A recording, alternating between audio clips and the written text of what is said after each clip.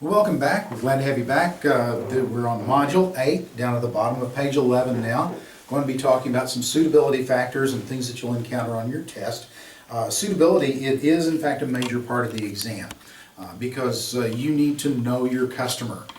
That's a FINRA rule that you know your customer. Make sure that any recommendations that you make to customers are suitable given that person's financial situation, their risk tolerances, their time horizons, what have you. And so suitability is just a critical part of this test. So one of the things to remember is that if we have packaged products, then they are going to act like the aggregate of what's in them. So like for instance, we have bonds that have interest rate risk. Bond funds have interest rate risks. We were talking in the last video about how when the dot-com market just exploded, or imploded, I guess we should really say, back in 2000, I believe it was. If you had a dot-com fund, it was hurting too. So like I say, you've got those packaged products that are going to reflect what's going on in their respective marketplaces. So it's important. That really is one of the main reasons why we spend so much time on individual securities at the first, is because if you look at how this bundle of those individual securities work, then you're going to see how that packaged product works, how that mutual fund works. And it's starting to come around to roost now because we're getting to suitability. Now, one of the things you need to do is to really read your questions fully to make sure that, that you have determined the key risks to assume or to avoid.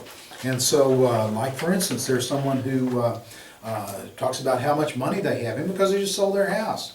And they're probably going to be buying a replacement in about 6-8 months, but they really would like to get some growth in their portfolio, and they're a firm believer in municipal bonds because they're maybe in a high tax bracket, something like this.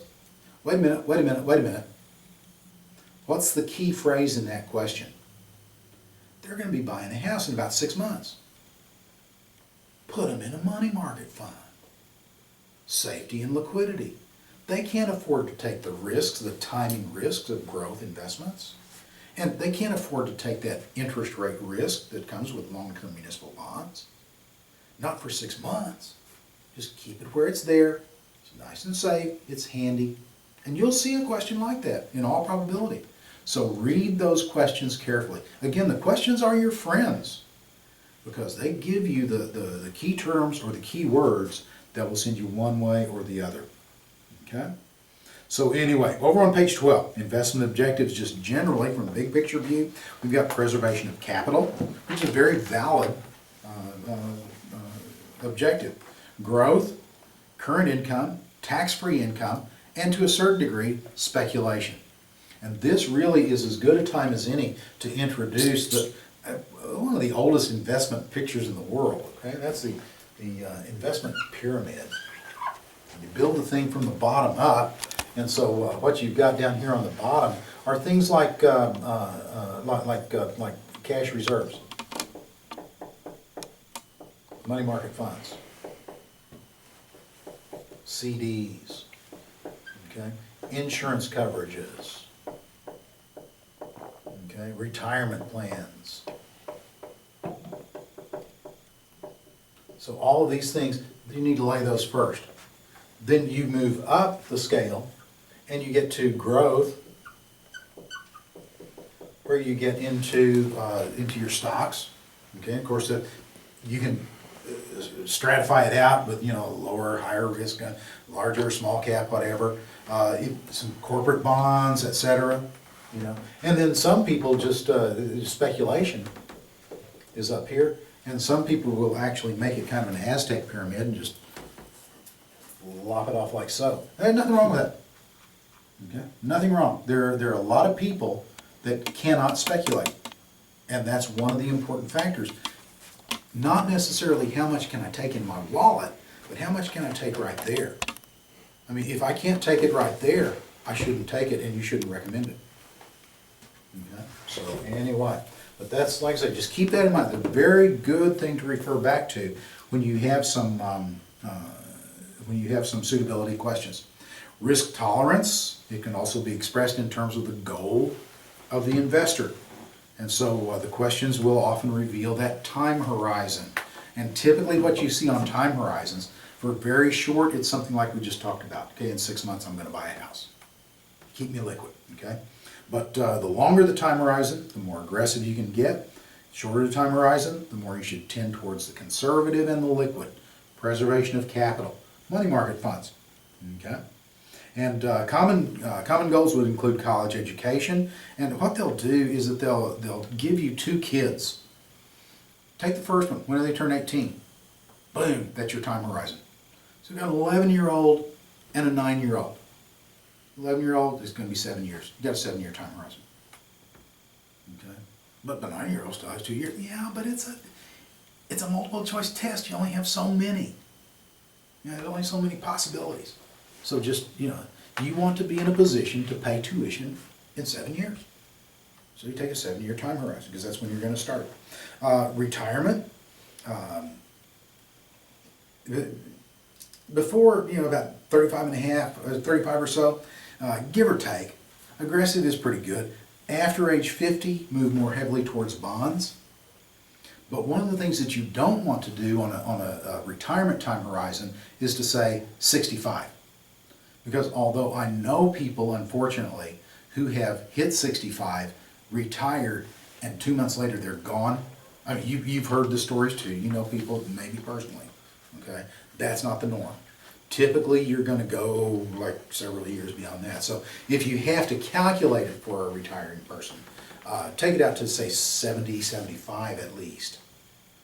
And generally speaking, what you've got is that you'll have one that fits, one that's at 65. Well, that's wrong, and then 2 that just are ridiculous.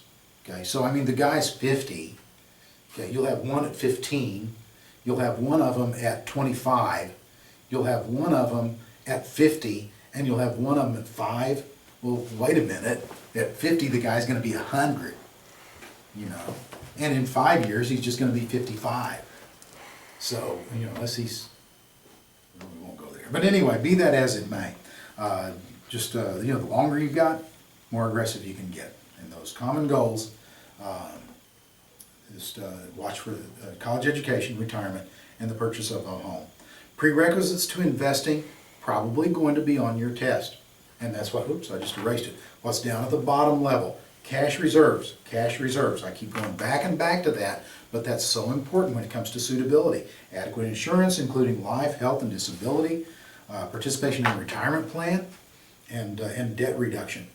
Okay? Now remember also that investment capital, what you've got to throw into an investment today, is going to come from excess capital that you'll find on your personal balance sheet. Now, what you're likely to find here is a situation like this, okay? That you have someone who has they've got cash, and I'm going to use nice round numbers, okay?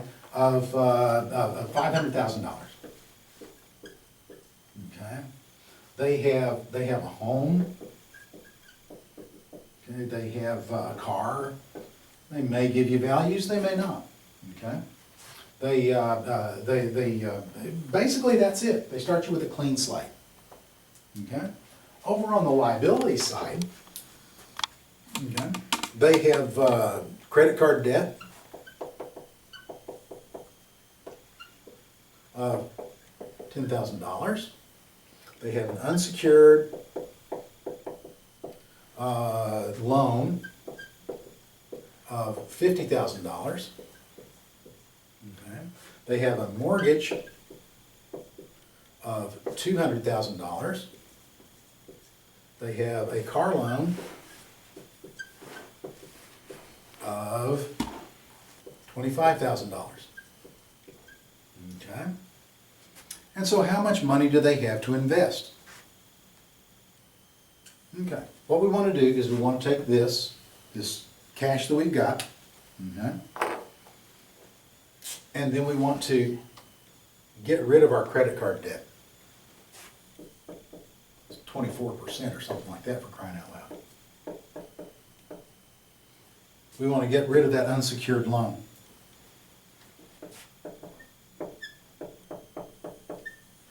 want to leave the mortgage.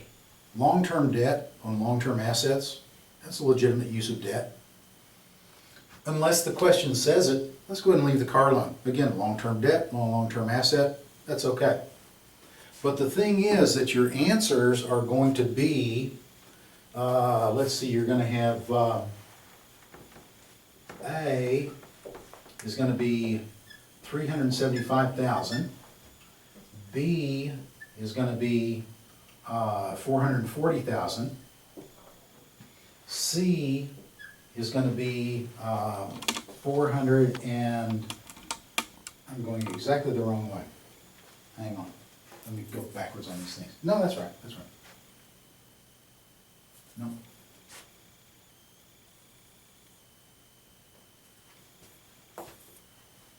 Trying to structure this thing the way that it would be structured. Let's see. Here we go. Let's do it this way.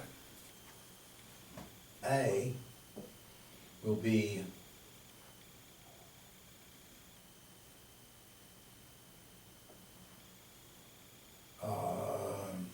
300,000.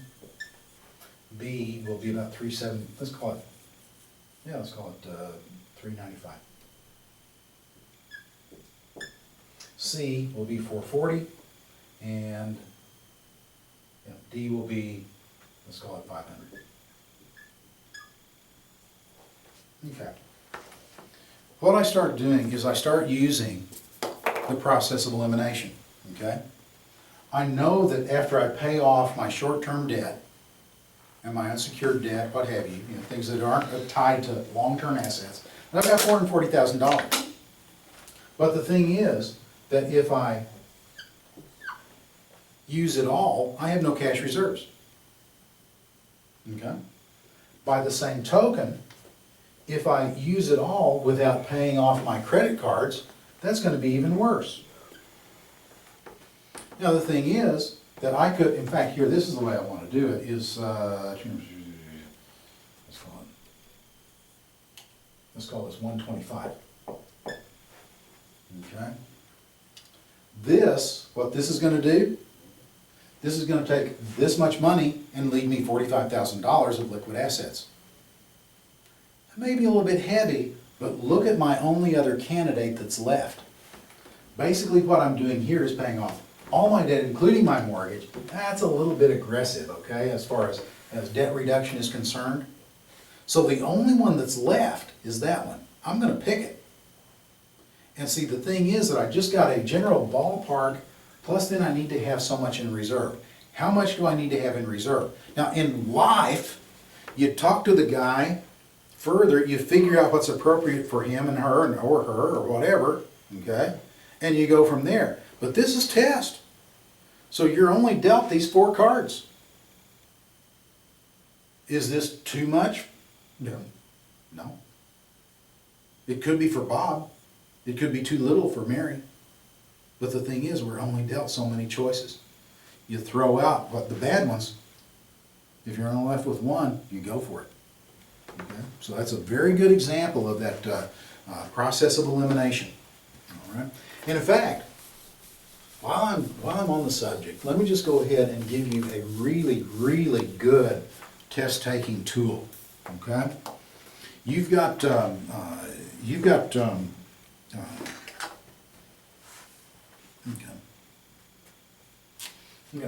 a lot of questions.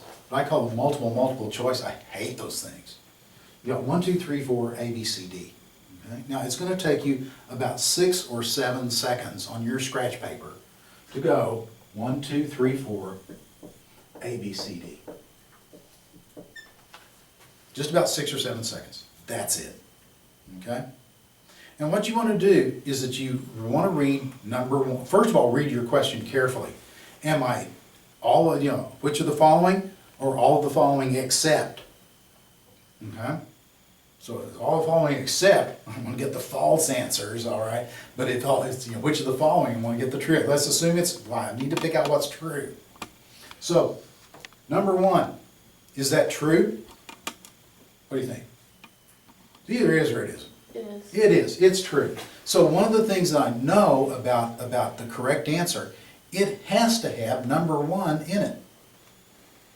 Well, C here is 2, 3, 4. It does not have number 1. So it's not C. It cannot be C. I totally and categorically eliminate it. The others have 1 in them. Otherwise, I would have categorically eliminated those answers. Now, number 2. Number 2, I'm not really sure about number 2. Let's just pass on it for now, okay? Number 3, number 3 is wrong. What do I know about the correct answer?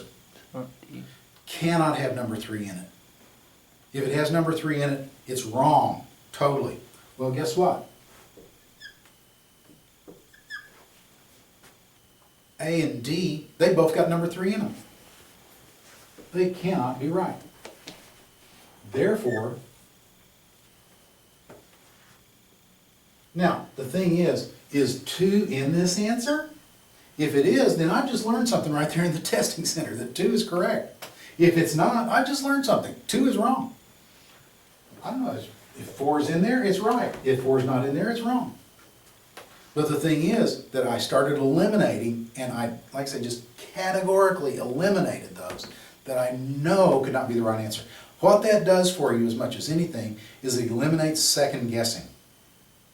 Okay, it's a very valuable tool.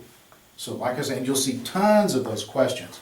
So just go ahead and set that up. Like I say, just 6 or 8 seconds, and you don't have to do all this stuff. You know, just like I said, but I would physically X them out when I eliminate them, and start going down that way.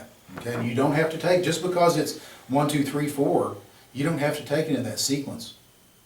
For instance, if number 3, you look up, it wants a sequence of which comes first, which comes last, and you know that number 3 is last, what can you do? You can eliminate anything where number 3 is not the last answer in the sequence. Throw out as much stuff as you can, as early as you can. Okay? All right, because that's what we're after, really. We're after those correct letters. It's really nice to have good information and know the answers and what have you, but if we can arrive at that correct letter by using good test-taking method, that's just as good. So anyway, that's like I say, we're on your team. We want you to pass, and hope that you'll do well. So anyway, like I say, just wrapping it up, the personal balance sheet, then current investments come from discretionary income. So a personal cash flow statement. How much does this person have at the end of the month after paying all their bills, paying on everything they have to, how much is left over? You want to set up some type of a systematic investment program, that's what you've got to work with, okay? Probably not going to have a question that's as detailed as the personal balance sheet, okay? But if you do, like I say, that's what you're looking at there. And if you're looking for an unsuitable situation, and boy, this is something you have to be very careful of, is negatively worded questions. If you're looking for unsuitable, the first test, does this guy have cash reserves? If not, I don't care what you're talking about. Other than cash reserves, it's unsuitable. And you're not going to say, who should be building up cash reserves? They don't have that question on the test. Okay? So anyway, and let me take just a couple of seconds also, since we're talking about testing method and what have you. One of the things that I would really recommend that you do is that at the end of the question, you go through, you do all the analysis, you read it carefully at first, you do the process of elimination, you look for things that you can match up, terms in the question with terms in the answer, you duck, goose situations, see if you've got some of those, okay? When you get finished, okay, just take just a couple of seconds, just clear your mind, okay? And now, if you start questioning your answers at that point, you're going to just mess yourself out of a whole lot of right answers. Don't question your answers. I want you to do what I call questioning the question. Okay?